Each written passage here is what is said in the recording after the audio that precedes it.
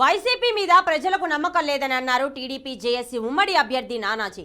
పవన్ కళ్యాణ్, చంద్రబాబు వలనే రాష్ట్రంలో సంక్షేమం, సుపరిపాలన సాధ్యమని ప్రజలు గ్రహించారని అన్నారు. కాకినాడ రూరల్ గంగనాపల్లి గ్రామంలోని 200 మంది వైసీపీ కార్యకర్తలు జనసేనలో చేరారు. వారికి పంతం నానాజీ కండువా కప్పి పార్టీలోకి ఆహ్వానించారు. ఎన్నికలకు దగ్గర వచ్చే కొద్దీ వైసీపీ ఖాళీ అవడం ఖాయమని వెల్లడించారు.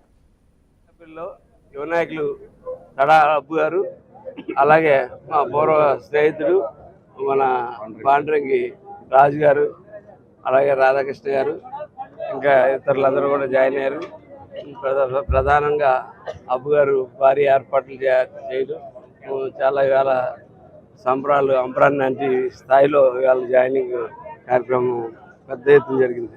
సుమారు 300-400 మంది జన సైనికులు అయ్యారు. ఇవాళ వాళ్ళు వైసీపీ నుంచి జన సైనికులుగా మార్చారు. నేను అదే కన్నబాబు గారిని నేను అడుగుతా ఉన్నాను, ఏం చేసావయ్యా వీళ్ళందరినీ? గత 3 రోజులుగా 1400-1500 మంది జాయిన్ అవ్వడం జరిగింది. గత 3-4 రోజులుగా అందరూ కూడా వైసీపీ కోర్ హార్డ్గా మన ఎలక్షన్లో తిరిగినటువంటి వ్యక్తులు, మొన్నటిదాకా కూడా తిరుగుతున్నటువంటి వ్యక్తులు ఇవాళ జనసేన పార్టీలోకి నిన్నటికి ఇవాళకి ఏం మార్పు వచ్చింది అని చెప్పి నేను చాలామంది ప్రశ్నిస్తున్నాను. మార్పు రావడం కాదండి, ఓర్పు వచ్చిందంటే నాలో ఓర్పుగా ఉన్నామండి. ఆ ఓర్పు ఎప్పుడు ఎలక్షన్ వస్తుందని ఓర్పుగా ఉన్నామంటే అక్కడ అది పోయింది కాబట్టి వస్తామని చెప్పి ఆ సమాధానాలు అయితే వస్తూ ఉన్నాయి వచ్చినటువంటి వైసీపీ లీడర్స్ దగ్గర నుంచి.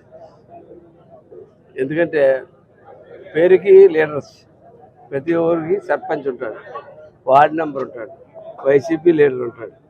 కానీ వాడు చేయగలిగింది ఏమీ లేదు, వాడి చేతిలో ఏమీ లేదు. అంటే ఎంటైర్ పార్టీ సిస్టమ్నే మార్చేసి వాళ్ళ యొక్క సొంత మనుషుల్ని పెట్టి రాజ్యం నడుపుదాం అనేటువంటి ఒక ఆలోచన. ఈ ప్రాంతం వాళ్ళు ఎవరు ఉండకూడదు.